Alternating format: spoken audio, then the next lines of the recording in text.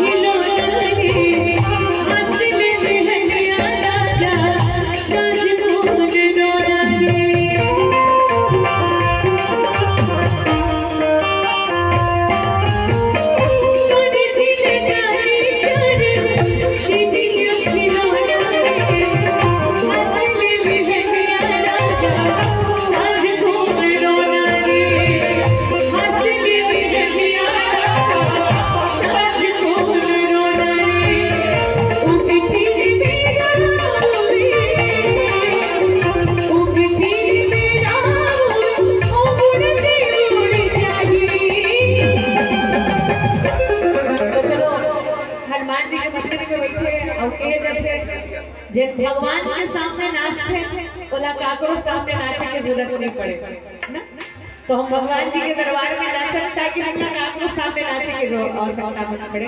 तो चलो हम दोनों हाथ भर करके ताली की सेवा के साथ जेकर मन भजन गाए के बैठे मन भजन गाओ, जेकर मन नाचे के मन नाचो, और जेकर मन ताली बजाए के मन ताली बजाओ, लेकिन कोई खाली मत बैठो। ठीक? तो चलो हम सब मिल के गाएं। मन में मसाला